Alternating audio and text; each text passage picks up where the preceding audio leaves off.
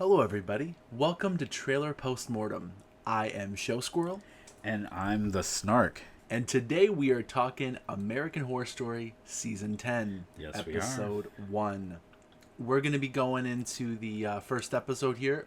We did not, however, at the recording of this, watch Episode 2. So there will be a few predictions scattered around. Forgive us if they sound a little off, or if they're suspiciously on point. So, before we get into it, this is Ryan Johnson's... Who's Ryan Johnson? I have no clue, but Ryan Murphy. I think that's the other Ryan. Is that the one who... Or no, I'm thinking of Ryan Singer. Whatever. Very different. American Horror Story Season 10. You know, we saw the promo with... it basically features an alien and a vampire and precoital. So, they're making out, I guess, yeah. passing a pill, Yeah. it's all in the advertisement.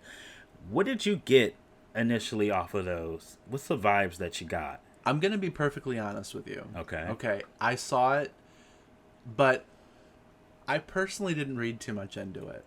You know, American Horror Story, I didn't watch the last couple seasons. I couldn't stick with the last couple seasons. What was the last season you watched? I was all the way through.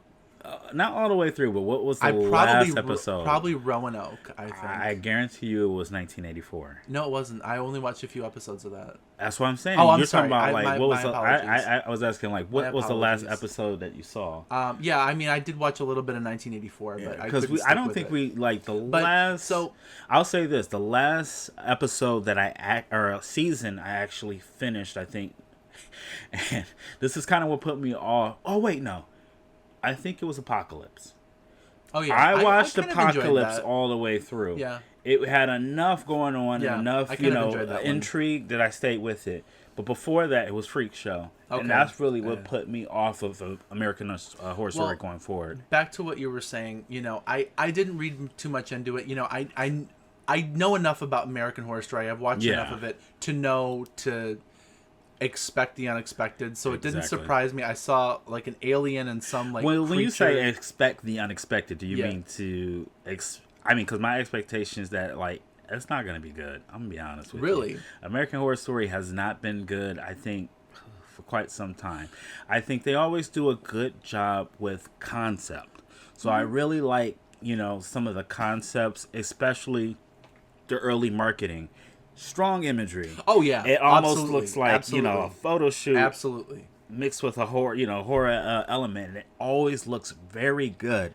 But when it comes to the actual season, once that season does premiere, I see the disconnect almost immediately. It might start a little strong, but ultimately it kind of falls apart.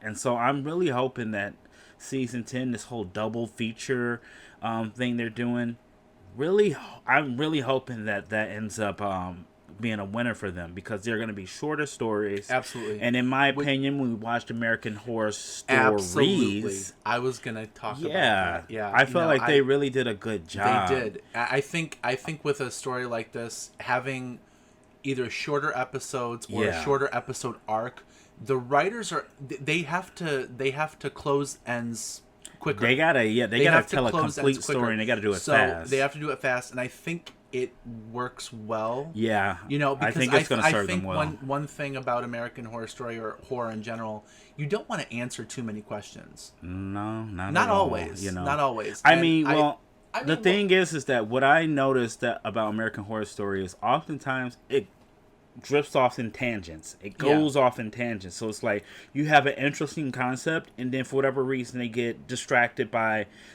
a certain character, and they go off for episodes and episodes in that direction. And then when they come back around to the main story, you've already lost interest. Right. Well, honestly, speaking of tangents, we kind of went on one.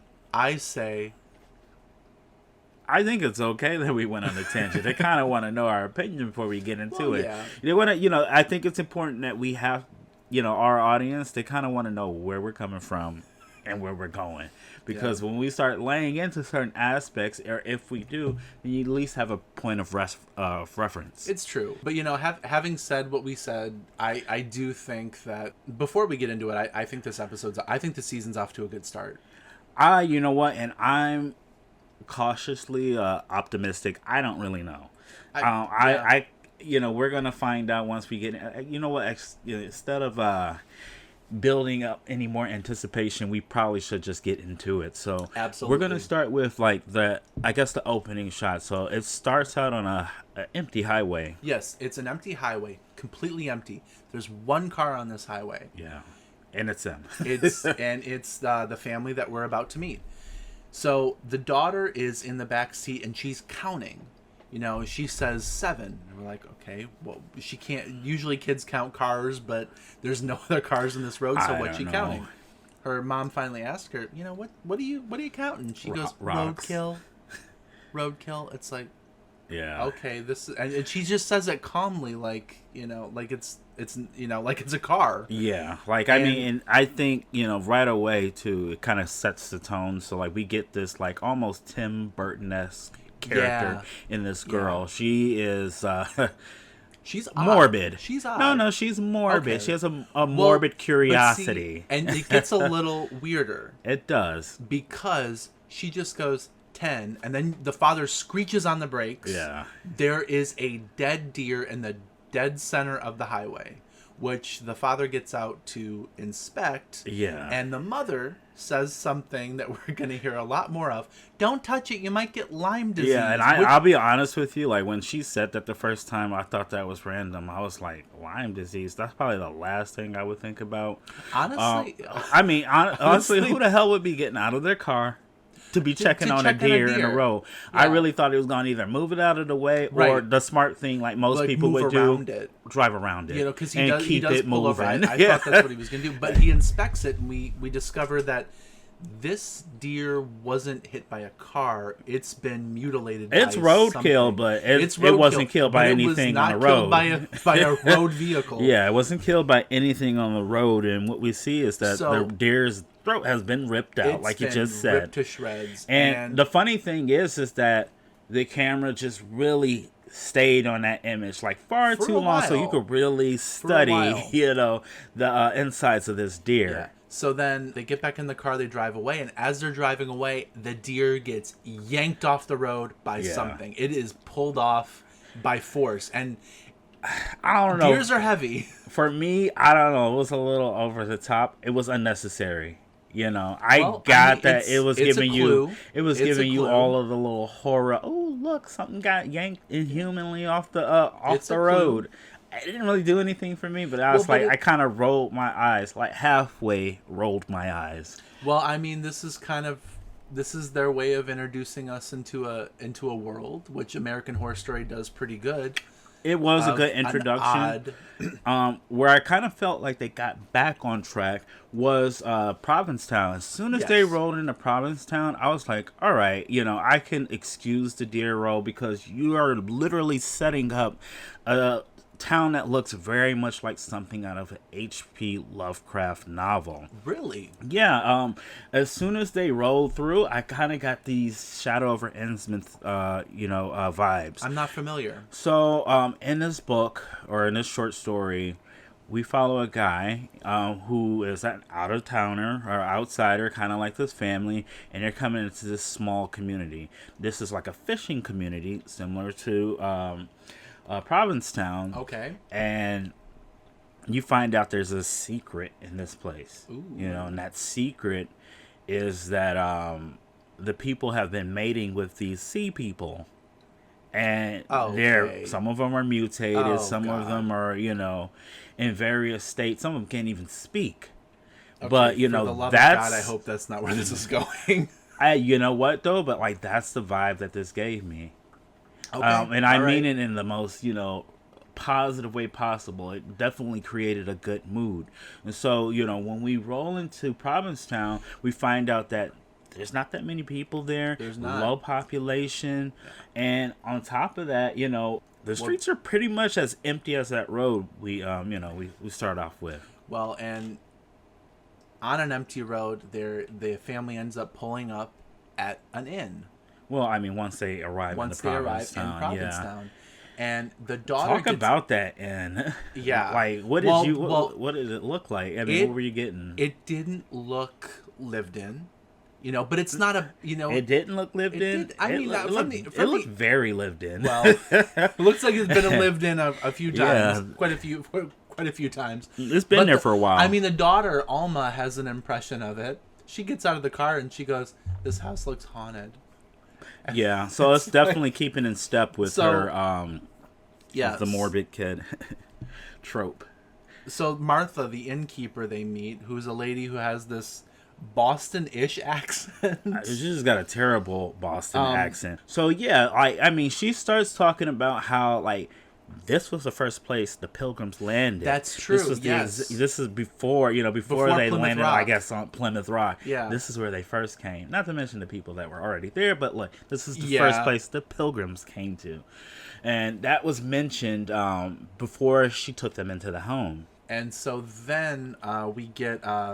She finds out why they're there. The husband Harry, he's working on a pilot episode, a script.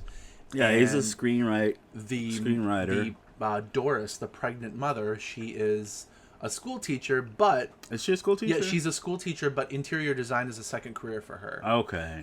The people who own the inn saw her Instagram, and they wanted her to decorate for him. And Martha goes, "Oh, I hope you don't change too much." And it's like, I think that place needs to be That's the intent. Yeah, that's why they're there. So Martha ends with some words of wisdom. And the first thing she says is, always keep your doors and windows locked, which is strange. I always keep my doors and windows locked. That was an interesting, it was an interesting point. For a do's and don'ts, that was an interesting, and don't. Then followed by keep booze stocked in the house. And I think that's a rule just across the board. Right? I think that's good for any happy home.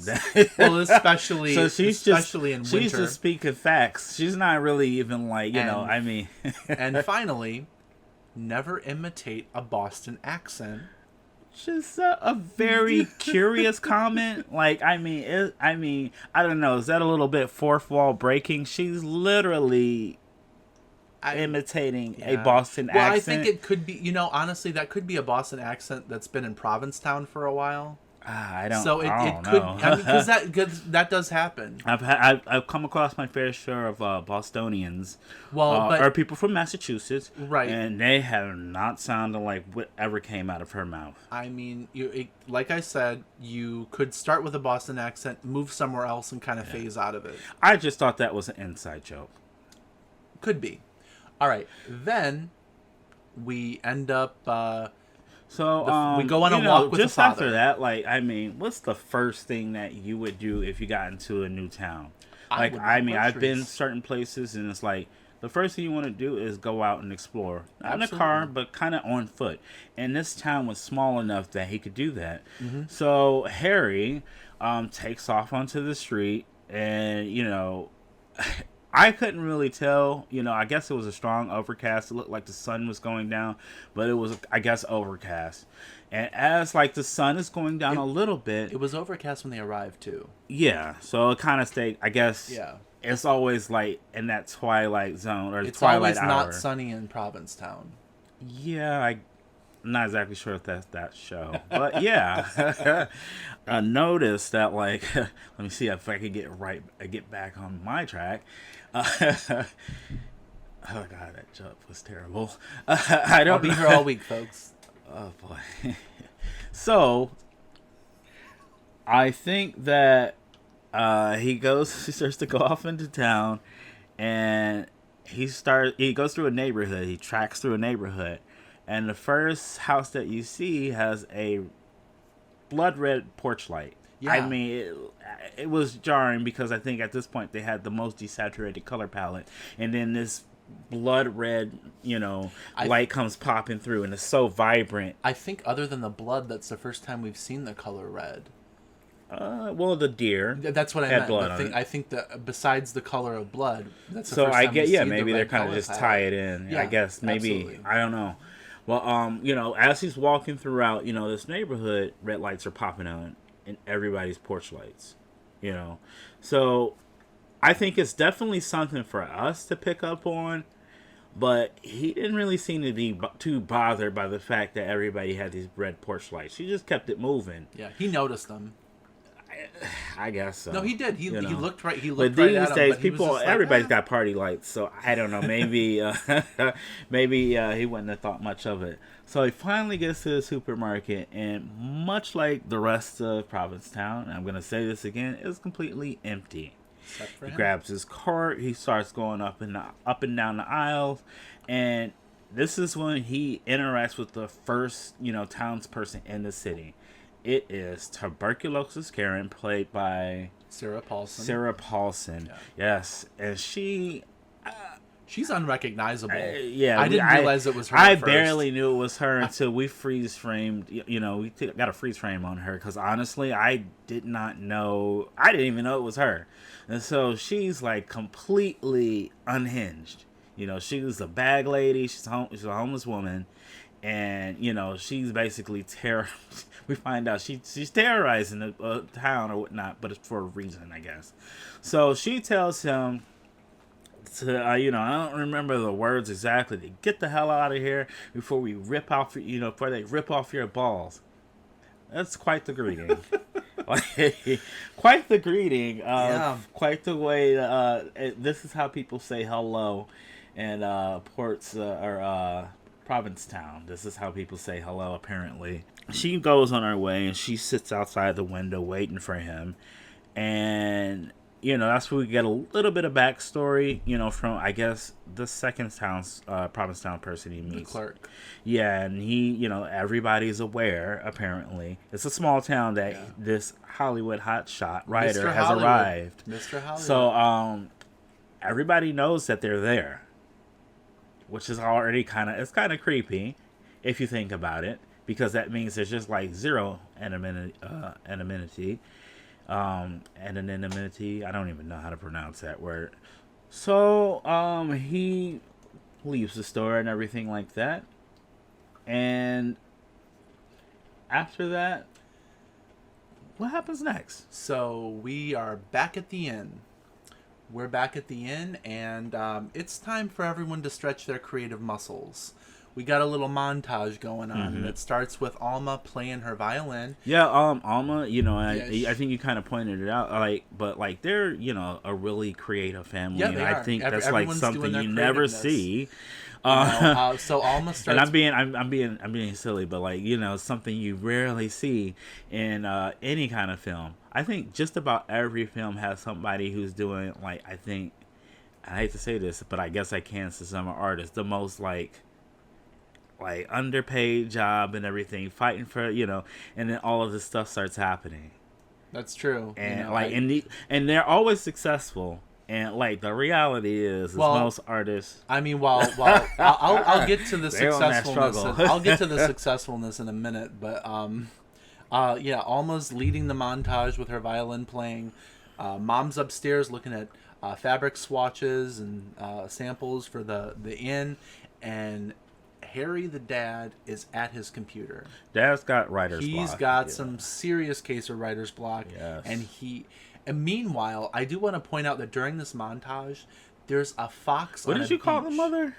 What's her name? Doris, I believe her name is. No, is it Doris? I thought it was. Yeah, I think so. Yeah, you're right. Yeah, it's Doris. Can we look that up? Yep, and I'm checking right now. Yeah, Doris. So who's playing Doris? Lily Rabe, I think her name is. Rabe?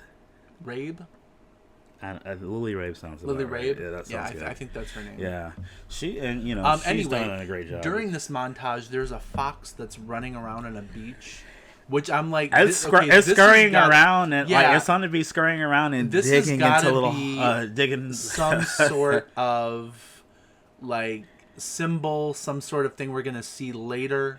I don't know. I'm thinking. Anyway, we opened on the beach. We did open up. They were driving along the side. Anyway, so Harry cannot deal with the violin right now, and he can't deal with a lot. Yeah, he talks to his daughter about it. He takes an indirect swipe at his daughter's playing, and she sends the. I don't know. It was kind of direct because she completely caught it. She did. She did. I think he said something to the effect of. He said something to the effect of, oh, your playing is so beautiful and everything, but it makes me think about you. And with a daughter like you, why do I need to even write? Because, I'm so in awe and inspired by you that I can't even do what I'm supposed to be doing because I just, you're great. And then she somehow gets onto the subject of you've had to do a lot of rewrites. But before that, she interjects and says, "Oh, and I don't know if she said I'm too pitchy or whatever she said. What did she say? And I'm not, and I'm not really good either. I need to practice more." Okay. So she kind of caught what he was trying to say. Well, she wants to be in the Philharmonic at 18, and he's like, "Well, you got a lot of work to do." Yeah, it's something like that. So, which was, I was like, "Damn, that's a little harsh." Before things can escalate too much, the mother ends up coming down and takes Alma out to explore the town. And what a better area to explore when you go to a town than a cemetery, which they are walking through. And Alma's like, "Well, I wonder if some of the pilgrims are buried here," and then Doris goes, "Yeah, they probably died of Lyme disease." So we bring up Lyme disease. It keeps coming. For it keeps popping up throughout the show. And meanwhile, there's what the credits refer to as a pale person on a gravestone. He's like tweaking. But it's just more than a pale person. Like if you can describe it, what does he really look like? Well, I mean, what's the Harry Potter character? He looks like Voldemort. Yeah. He looks like Nosferatu. So basically, Nosferatu. I would think a shaved, pale dude with shark teeth. Not just teeth. Shark teeth. So I'm trying to remember if that's like how they did vampires from what was it? American Horror Story Hotel. I don't remember. That was the one we finished with Lady Gaga. It was, but they weren't. She was pale. A vampire. But they weren't pale. Did they ever show their teeth, or do you remember? I don't recall, but I know they weren't pale. Yes, they were. I don't think. Well, they were very pale. They weren't white. Like they didn't have vitamin D deficiency. Okay, well here let me just interject real quick. I think that what Lady Gaga and her, and those kids look like are those vampires. Okay. They're just like a little bit more concerned with their appearance. All right. But I imagine she would be bald underneath, and she probably got shark teeth. Okay. Underneath her prosthetics, and we'll touch on that. We're going to touch on that a little bit later. Yeah. Because I think that supports the theory I just had. But for now, just continue. You know what you're gonna say. So the pale person starts to chase after Alma and Doris, and they start running. They start running as fast as they can, and finally they make it to the front door of the inn. But so does the pale person and a pale person's friend. Pale person's. Yeah. One of his friends is there too, and luckily he doesn't get in the house because Dad runs to lock the sunroom door before the pale person can... not the sunroom door, the sunroom window. The sunroom window before the pale person can even get in, and the police are called. Yeah, so like the next day, we got Chief Burleson, and she's played by... I will look that up for us. Okay. He's looking through his show notes, guys, but like, I'm just gonna continue. So she plays... or she answers the very simple question as to why his wife and kid have been, how these Voldemorts met their mother. It's Adina Porter. Okay, thank you. So Adina Porter, she gives one simple explanation as to why these, hooligans or these, are chasing his wife and kid. And she says... it's opiate addiction. Oh yeah. I guess this is supposed to be their... I've seen enough Dateline to know that's exactly what they look like. Exactly. I was like, I guess this is their social commentary section that they're gonna do. So like, okay, these vampires are meant to be opioid addicts, and she kind of leans into it, and then even the mother gets involved, and she says, well, possibly it could be Lyme disease. There we go again. I think the third time we hear her mention Lyme disease. And so I honestly, before this show is up, how do you think she might die? I'm gonna take a guess here. Okay. Just a guess. would it be maybe Lyme disease? Yeah. Ding, Okay. ding, ding. You're right. So, before the show is up, I think that's how she's going to bite it. Hopefully after she has the kid, but, I don't know. It's American Horror Story. The chief goes into this, like, entire explanation about, like, the town and how it operates and who comes in, who, stays or whatnot. And she says, so we got these day laborers. They come up here, they work, and they don't leave in time. So they end up staying in, the town and everything like that, and they get addicted to pills. So once they're on the pills and all that stuff, that's what produces this opioid addiction. Interesting. So that's her explanation. And then she mentions the fishermen for some reason because it's a fishing town. And, her last remarks are, everything I just said, everything that just happened, you need to understand this is a safe place. I came from, a bit, a little bit more a rougher area. And coming here, it's, why I came here? Because it's easy. Mm-hmm. It's easy work, and I don't have to do much. So in her mind, it's safe. She leaves on that note, and I think, and then after that, I think Harry and Doris. Harry and his wife have a little, get together and say, a little chat, and say, okay, do you think we should go back to New York? The wife, she kind of ends it. She's like, no. Despite that, I just had to do a 100-meter dash to get back to my house. No, this is a big opportunity. Yeah. We can't leave. That is just a big stretch. Yeah, I almost went into premature labor running away from this crazy dude. But you know what? We can't leave and go back to New York.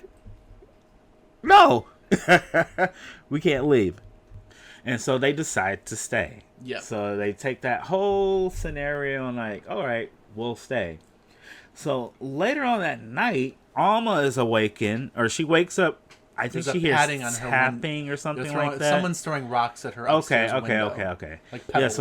Yeah, so they can't fly. Okay. So somebody, not as yet. far as we know, because that's what I thought was going to be the case, but we haven't seen any of these vampires in name. Pale people fly. They're out. There's 3 of them now outside of her window, and she freaks out. She screams, and her father comes up. What's the matter? They were there. And he goes and checks, and just like every horror cliche, poof, nothing's there. Yeah. And so he turns back to his daughter, who he should know is very much a little adult, basically. She is she's another adult. She's nowhere the maturity level of a girl that age should be. Yeah. So she's very much an adult. And in that way, you should be able to take what she's saying as fact. Right. But he, protests and says, no, you're imagining things. You're seeing things. Just go back to bed, Forget about it. Forget all about it. Just as a precaution, he's like, I'll stand guard. So he goes, he sleeps out there the next day. I guess I want to stop on, I think, the moment that like really kind of solidified their relationship for me. And that's when Alma wakes him by saying, in the army, they'd shoot you for falling asleep on guard duty. Yeah, that was... I was like... It's like... Why was... How... this girl... Number 1, she's talking about the army. Number 2, you're saying that to your dad? Exactly. So it was like... I was like, all right, okay. But she does probably notice the she's whiskey bottle. Well, she noticed the whiskey bottle next to him, so he wouldn't be surprised. She probably sipped. No, she knows he probably drunk himself to sleep. So she says that comment, and what a way to wake up. Oh my God. After that, I was like, you know what? It's too early. I don't got time for this. Meet me when my brain has woken up and I can actually, fire back. Yeah. So he, puts on his jogging gear and he gets out there and he does a morning run along along the water, in the sand and everything like that. And he's, doing his whole Baywatch bit, and he kicks right up to 2 dead bodies. He discovers 2 dead bodies, 2 dead fishermen who are disemboweled. So their guts are hanging out and everything like that. And the waves are gently washing upon them. Yeah, it was not a pleasant sight. It was a pleasant, unpleasant sight. Well, but, beautiful scenery. And did you notice the inners? They didn't have blood on them. Well, they were, I didn't know if that was makeup or if that was... No, like the intestines didn't have blood on them. Their mouths were pretty dried out, too. Yeah, they were. After Harry, talks to the police everything... Or did they talk to the police? They do talk to the police, and... So, after Harry gives his account this time and says, he throws up, because that's his reaction. When he sees the two dead bodies, he throws up. And I believe the police do show up. They do, and later, and he, here comes the officer, or the chief with her, and her partner. It was a great white shark. Yeah, they're giving like these crazy theories and everything. Because even Harry calls BS on that because he goes, "Well, I think great whites migrate to warmer waters during the winter." Exactly. And they're like, "Oh, well, it doesn't look like anything." Yeah. So they definitely, I feel like something's up. They know something. Somebody knows. I don't know. What do you think? I they're think hiding something. They're either hiding something or they're in denial about something. Well, I don't know if they're in denial. I thought they were in Bay. What was it? Where are they? If you want to do the joke, they're at Cape Cod, right? Yeah. Yeah. So I don't know if they're in denial. You're clearly if you're in Cape Cod. If you're gonna do the joke, you need to damn well. It would have hit if you would have finished it. I wasn't gonna finish it because it's your joke to finish. I mean, I'm saying joke. So you wanted my loosely. joke to flop. I got you. All right. Hey, it was your idea, not mine. So after that, Harry goes home, and he goes up to his wife, and he's like, he wanted to take his mind off of things, so he wants to take his wife on a date. Mm-hmm. No, he wants to celebrate life. Yeah, he wants to celebrate after life. nearly after seeing life. Seeing death out. So close. It's time to celebrate life. He needs to get out. So she's up for it. And Harry's up with Alma that night, and Alma goes, "Well, did you check my babysitter's references?" And it's like, okay, this kid is either a grown up in a child's body, or she's watched too much Mary Poppins. Upstairs, Doris starts to throw up. Now it's too late in her pregnancy for morning sickness. So that's the explanation they give, but I can say my sister I think she had morning sickness throughout the entire pregnancy, but that's the explanation they give because it is something that's not normal. But I think every pregnant person's different, so exactly. So she knew, though. She knew this wasn't related to the pregnancy, though. She did. She said it has nothing to do with the pregnancy. But she still wants her husband to go out and have dinner. Well, this is her excuse to get away from him. Well, so she wants to just kind of take it easy and relax, and she has to. She's like, well, just go ahead. I know, but never overlook an opportunity.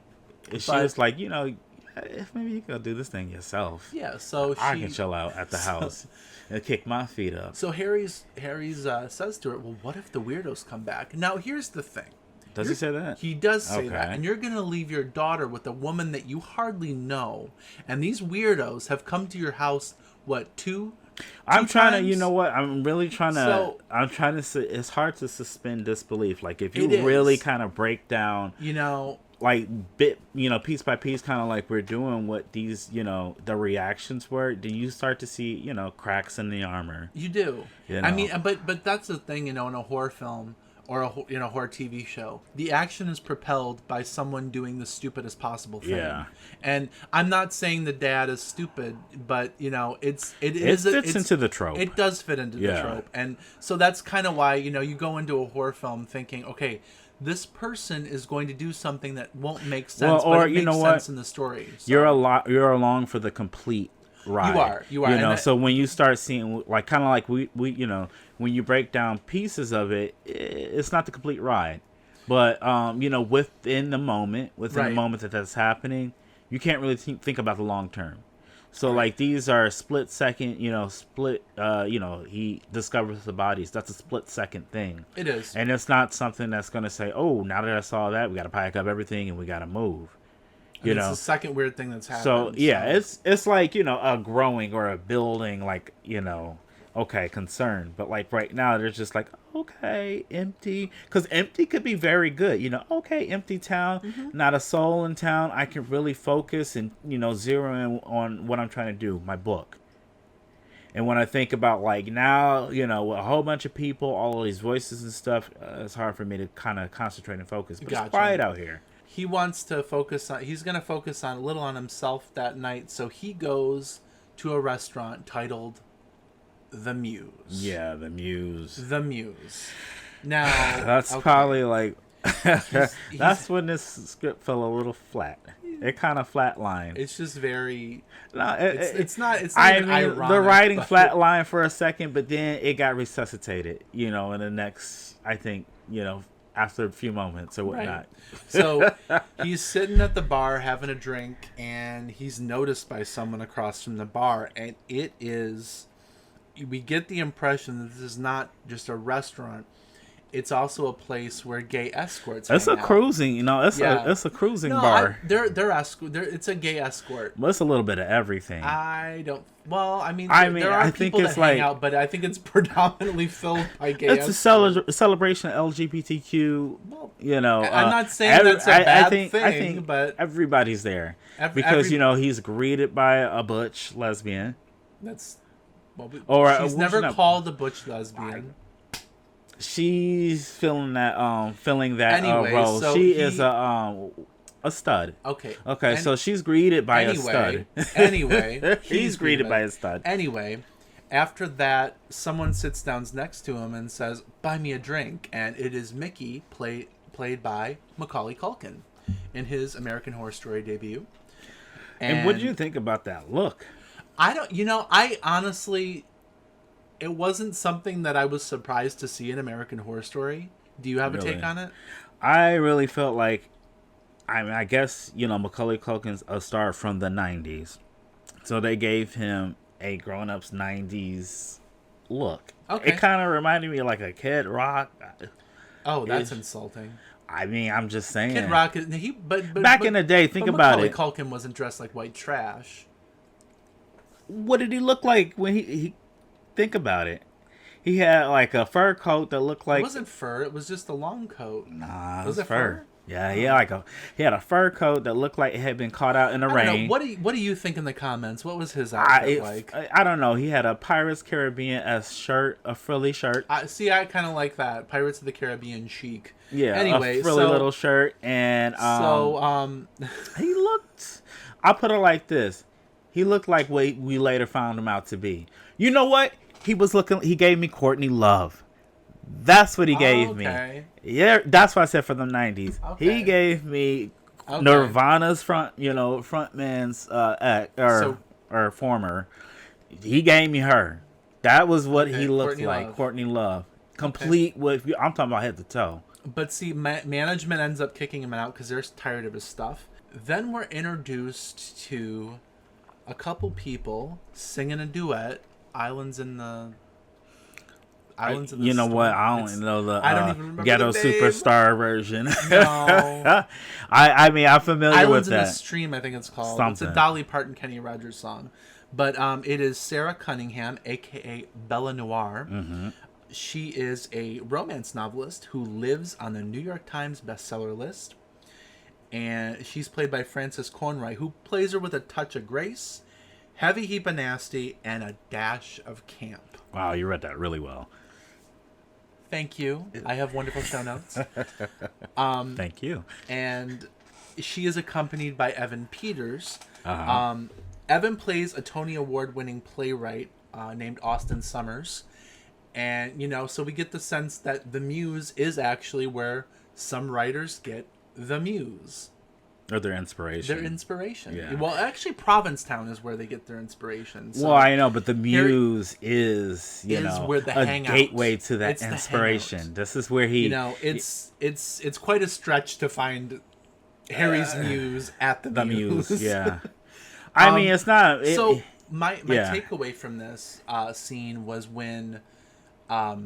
Sarah Cunningham says to Harry, the kind of vitamin D I like doesn't come from the sun.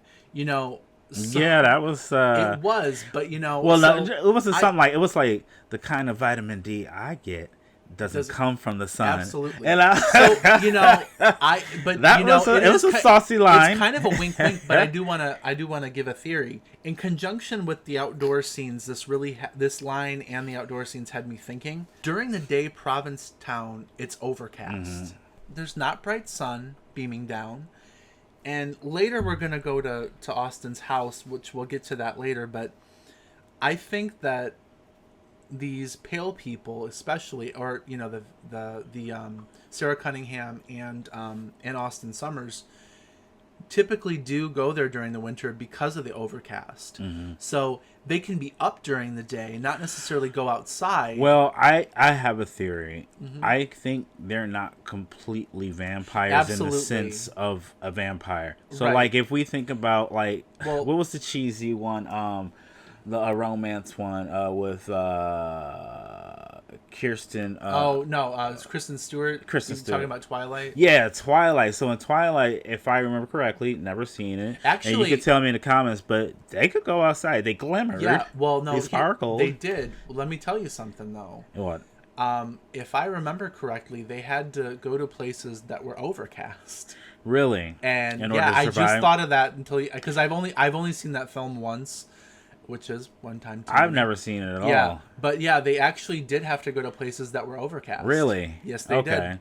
So that maybe they they're drawing inspiration from Twilight, because these I hope not. they could they start glimmering. Oh God. Maybe they did. I thought it was potentially like Harry So- Potter, but like I mean, now that she said that about Twilight, it might be Twilight. I didn't say that about Twilight. You did. You brought that up. The overcast. You brought the Twilight analogy. You up. planted I the didn't. seed. Yeah, but I didn't really know. And that now it it's- was a now seed it's that I grown was in my planting. head. I didn't know it was a seed that I was planting because Yeah. that movie has been long out of my mind. Okay. Thank God. Anyway, but we're also tuberculosis. Karen also comes into the restaurant, and she just wants to steal from a plate. She wants Yeah. to fatten gristle off of a plate. And Sarah Cunningham's just like, "Oh, leave her alone. She's fine." But they end up kicking her out anyway. Well, what's his name? Evan Peters says something. He quotes some kind of. He this sounds like says a some kind of Cockney- show tune. Well, he says a Cockney accent, something Okay. like that. I thought it was I from forget something. what it is. He uses It sounded like something from Mary Poppins. I'm not sure. I wouldn't say that, but he's like something governor. Mary Poppins, y'all. After the muse and everything, Harry gets back to his place, and he tries to settle in. He's got this, he had this amazing meeting with these two, successful writers he's and on a everything. high. He's on a He's on a high. high. And he's chilling in the couch like, oh my God, I just had the making most some tea. wonderful moment and everything. And while, he goes off into the kitchen, and who's in the background? Now they're not outside of Alma's window. They're inside. Pale person number 3. Again, and that's the other thing that said, okay, it may not be a vampire in the traditional sense. Right. Because vampires cannot enter unless invited. That's true. I totally forgot So about that. the fact that they were there, either somebody let them in, so they're not living by Interesting. themselves, I totally forgot about that rule. or somebody's what you call it, or these are just not the traditional vampires, and they can enter at will, or maybe because the inn is kind of a public place, then they can go inside. Or maybe the owner of the inn kind of has a standing invitation. Because there's caveats to all of that. That would kind of make sense if the owner of the inn's like, well, if you protect me, you can come in and have free she was reigns. an actual person. If you protect me, you can have free range on my clients. Yeah, that's I'll be honest with you. That was one of the theories that we that I had like towards the end, that every human person there was in service of these. They knew about the vampires and everything, but they were kind of like, okay, we're gonna set up the amusement park, or kind of like something out of Disney. We're like the show. What are they called?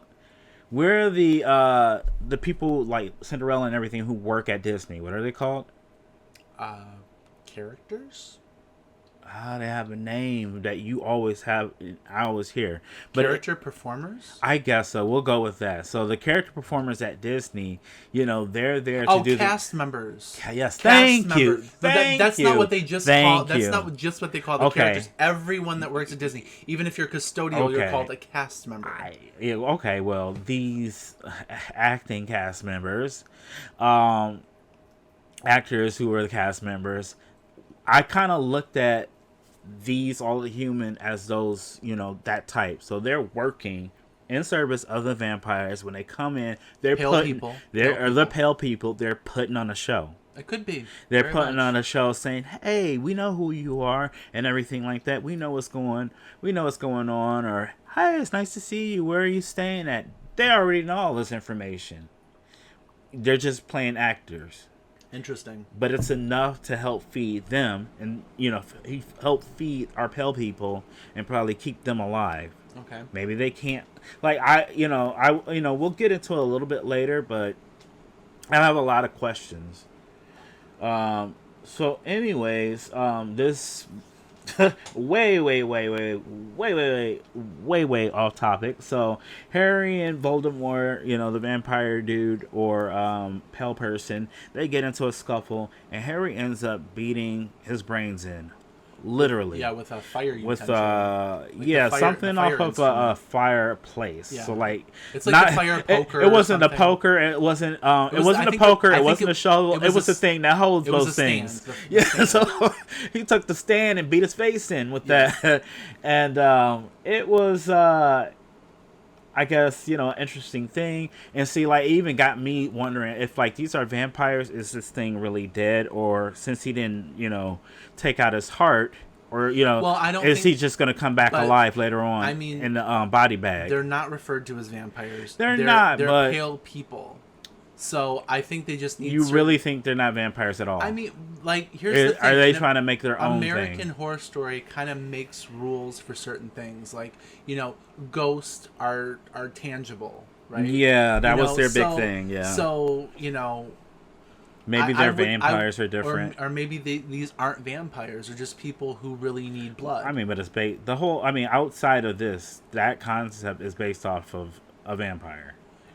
I'll say this. It's based on it, but that doesn't mean it has to fall. Because can I give you an example? Twilight. I'm going to tell you about I played this video game, Resident Evil Village, and in there are people who are bioengineered. They're not what they are, but they happen to follow monster tropes. So you have this woman that she was about 12 feet tall. Everybody, Lady Demiscule, and she was 12 feet tall. She was a vampire, but the way that they did it was that in order for her to survive, she had to consume human blood. So that was based on her living, but she could, she wasn't. They were sort of, very vulnerable to daylight and stuff like that, but it fit the tropes. I could say this in regard to American Horror Story. Yeah. When you go in, if it looks like a duck, if it quacks like a duck, it could be a pig. Not necessarily, but sometimes. Yeah. So I could say that about the shows overall. Right. Absolutely. That's exactly why over I this said last few seasons. So I think these pale people are probably just... Yeah. They may have the appearance and the needs of a vampire, but at the core, they're a human who just needs blood. Well, I hope that that's not the case. Well, okay. But we'll find out. Because that's I feel like you can't go halfway. You need to go all the way with some things. So we go back. We actually we are at Sarah Cunningham's house in her bedroom. Yeah. And Mickey is there in her bed, Mickey Macaulay Culkin, and they've just had sex, and Macaulay Culkin Post-coital. Macaulay Culkin is trying to get money from her. But no. Macaulay Culkin's trying to get the hell up out of there. He wants his money and wants to get out. Oh, okay. She hadn't paid? No, she hadn't paid yet. Oh, okay. He didn't get the money up front. Oh, wow. Yeah, I know. That's not fiction. Some things need to be paid for in advance. Yeah. Anyway, especially services like that. But Sarah says, well, if you want your money, I need something. And she's ready to suck Now she wants to improve his game, so she said, "I'm going to toss in 200 more." I was for getting to this. that. I was getting to that.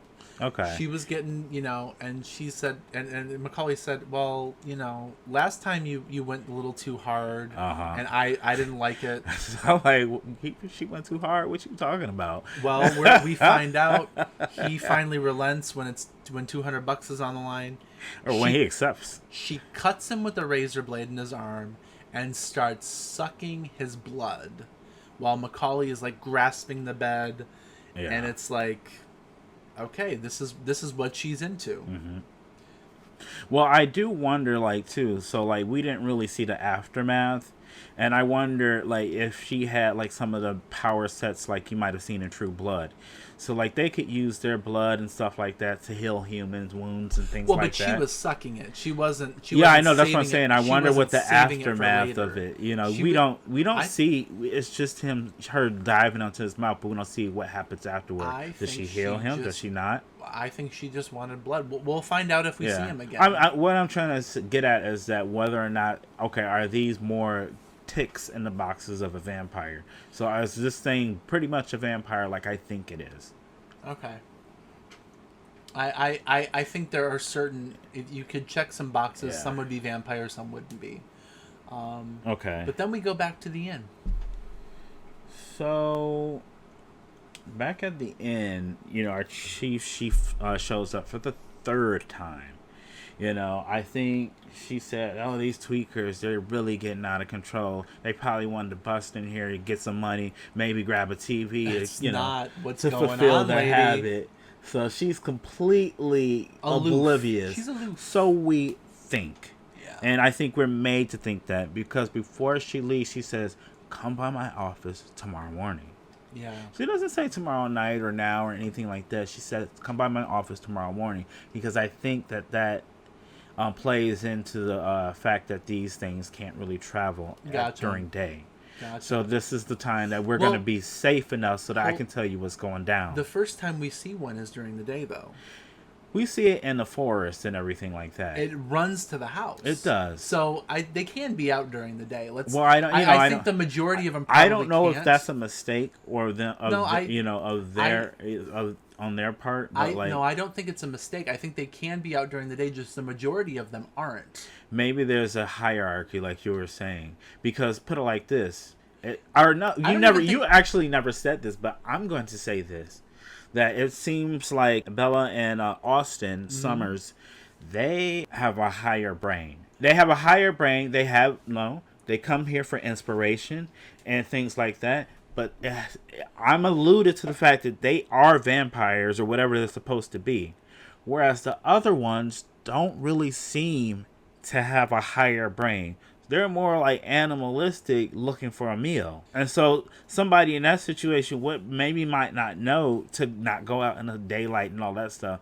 But these are, higher, conscientious. They can think properly and everything. They're less zombies and more like vampires. So they can think and everything like that. And be on the best New York's bestsellers list and write, Tony winning playwrights. So there's a difference. There's something I want to say to that, but I don't know if I should because we haven't talked about it yet. Go ahead.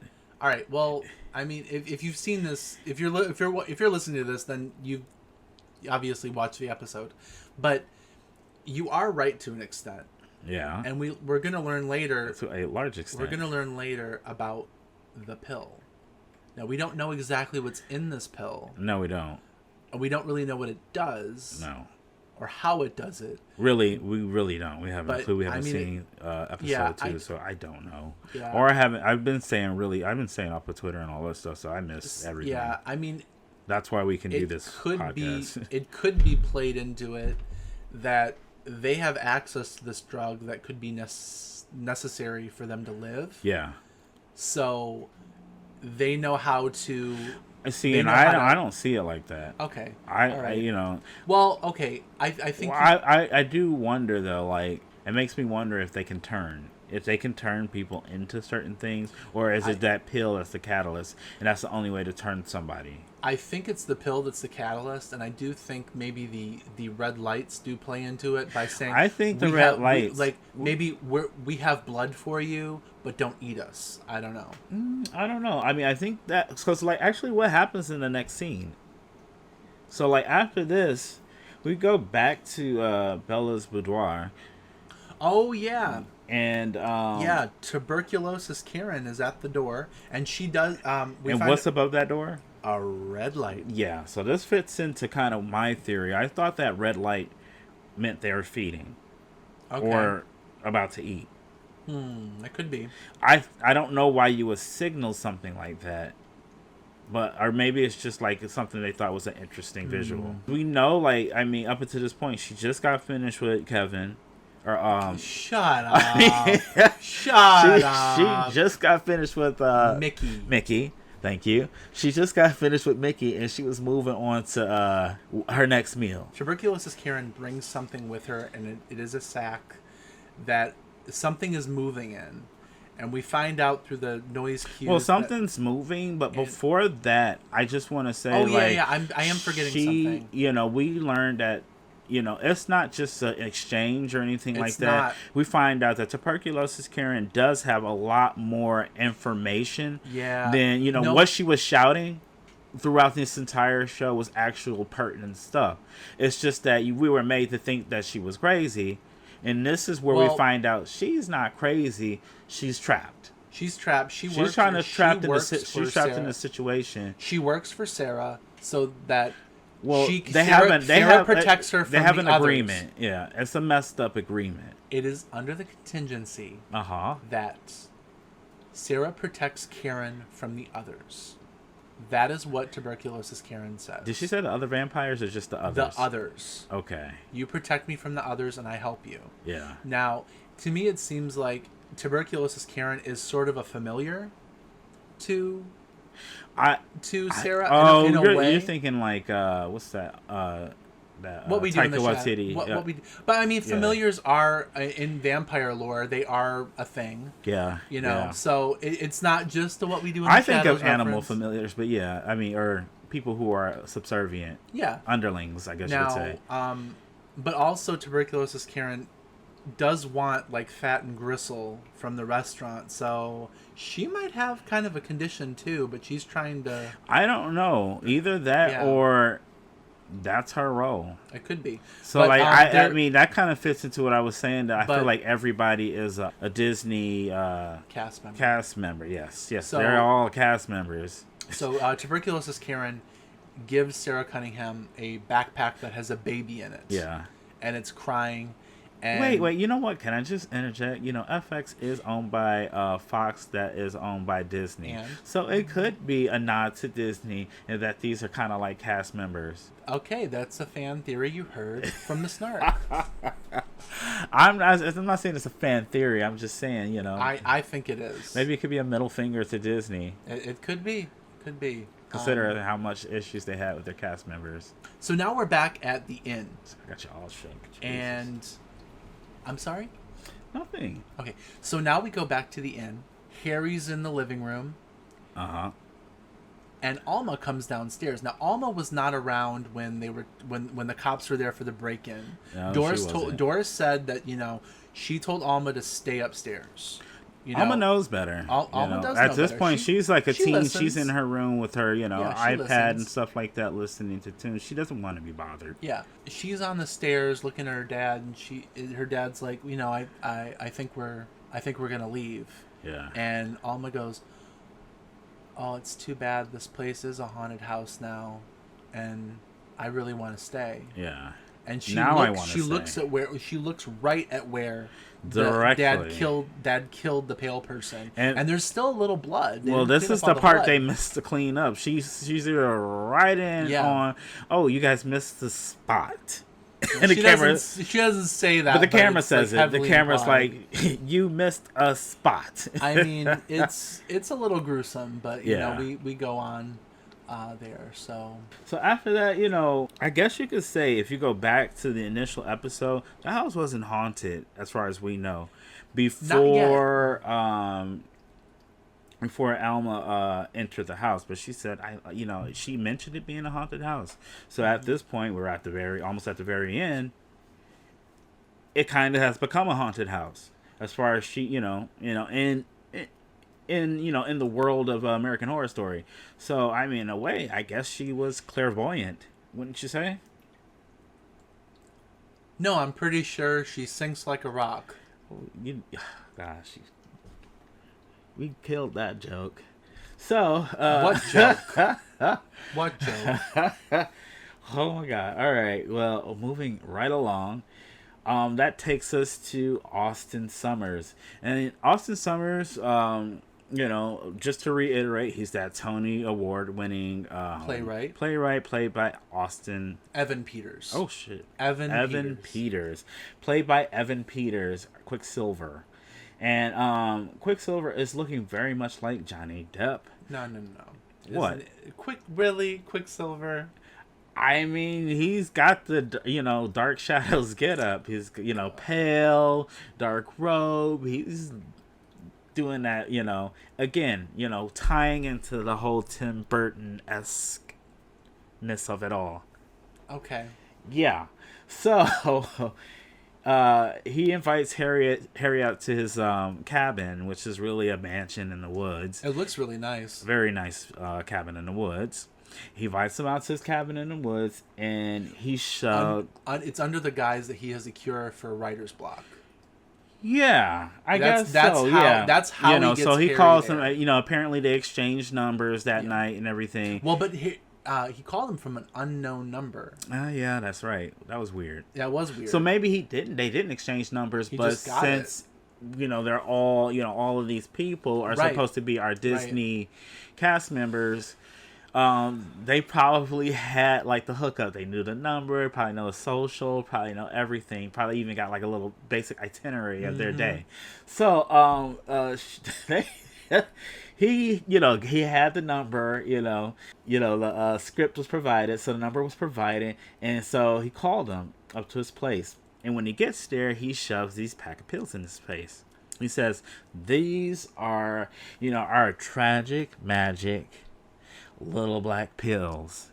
Yeah. Our jagged little pills. And you're going to shove these pills down your throat. And they're going to give you inspiration. This is what I use to write my playwright. This is what Bella used to write her romance novels. This is the answer to everything that ails you. A little black pill. And he won't give him an answer on what it is. Harry, he's on the line, he's a fish, he's swimming, he's kind of, getting up to that worm, but he hasn't really taken a bite yet, so he's still not really sure. So, he says, he still has questions. He's like, what's in them? What's in these pills?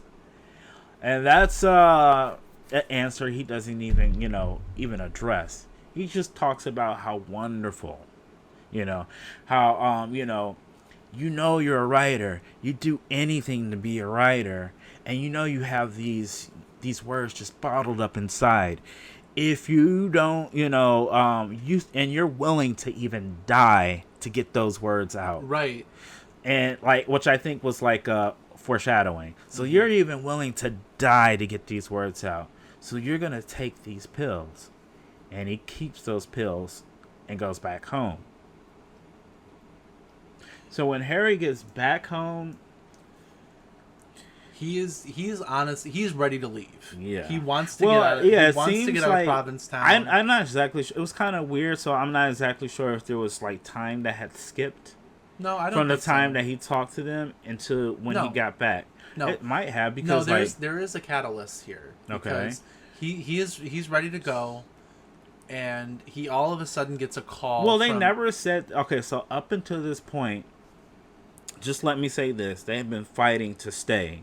All of these crazy things have been happening to them, and there was no build up or no point where they were going to just decide to leave. I felt like they were always going to stick it out. So for the next scene, for them, after he gets this, after he, let's just think about it logically. After he gets these magical pills that are supposed to unlock his, creativity, why are you going to just turn around and leave after that? It doesn't make sense. Number one, he did not want to take the pills. But you know what I'm saying, Austin forced him to take them. He was still going to leave. The only reason he stayed is because when he gets back to the inn, his agent calls him and said, look, you have got to stay there and you've got to finish this script. Because, procedurals are dead and you've got to do something new or you're going to be dead in this industry. You're not going to have any work coming in. So you need to stay there and you need to finish the script. So then, in a moment of frustration, he reaches into his pockets, like, what should I do? He pulls out the bag of pills and he takes one right then and there. And Alma is on the steps. She sees him take the pill. But wasn't it weird, the frustration and everything? Who would be like throwing a tantrum or throwing a hissy fit as soon as they got off the phone with their publicist? I know, and their publicist, the publicist works for you. Well, and honestly, why would you listen to the publicist when you just had this traumatic experience happen in your house? You had to kill a person. He didn't. I don't even know if he talked about it. Did he? He didn't tell her. But about it. I mean, that's something to leave. That's something to leave out of your, out of your explanation. Well, but hey, I'm getting the hell out of here because I just literally had to kill somebody. She forced him to stay, and that forced him. But it was a little. It was. I mean, will you agree? Like the reasoning was a little weak. Oh, absolutely. That's kind of what threw me off. So I was like, this is not enough. Her giving you this pep talk, so to speak, is not enough for you who just had to kill, this guy. Your mother or your wife and your daughter got chased home and everything. And these people are, there's some aggressive people out here who are supposed to be opioid addicted. And there's a whole group of them. Apparently. I am in no way agreeing with the decision. Yeah. But that is what happened. Yeah. That's why he stayed, and that's why he took the pill, because he knew he had to finish the script. And Alma is on the steps looking at him, and she sees him pop the pill. Yeah. And she just kind of, she has this look on her face of not oh no, what did you do, or what's that? Uh-huh. She just kind of looks at him like it's kind of like this seems. I think it was like for her, it was like, okay, that's interesting. Right. And she's just observing. She's observant. She's not even shocked. She's not crying, no tears, no nothing. She's saying, interesting.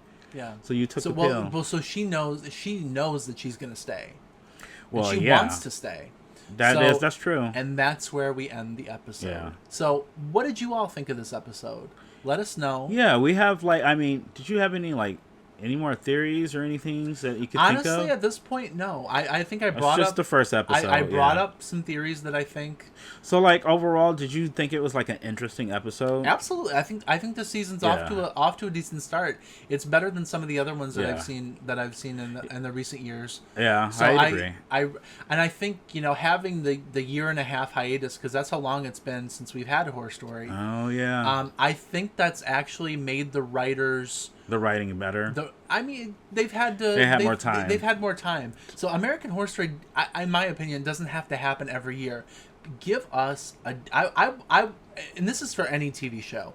I would rather have a good season every 2 or 3 years. Yeah, give us time to miss you. Than a mediocre season every year. Mm-hmm. And I'm not speaking ill will of American Horror Story in general. That's in regards to TV.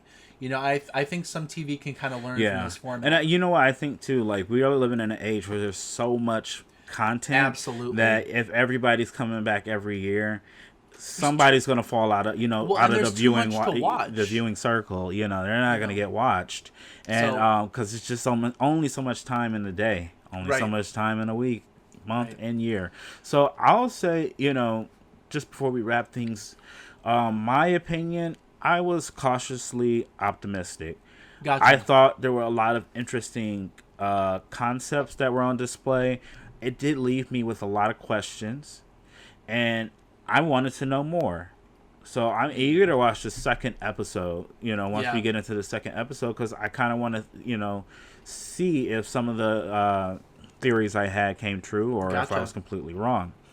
So, I mean, that's how I look at it. And I guess that just about wraps things up. So for... Yes, this has been Trailer Postmortem, and I am Show Squirrel. Please, if you loved our video, smash that like button. You can't wait to hear more. Hit that subscribe button and that bell. And I'm the Snark. Thank you. I'm the Snark.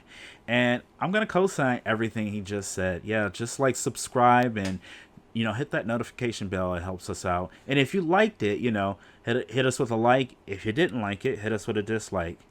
But it helps. So we want to thank you for listening. Thank you for tuning in. Yes, thank you very much. And this has been Trailer Postmortem.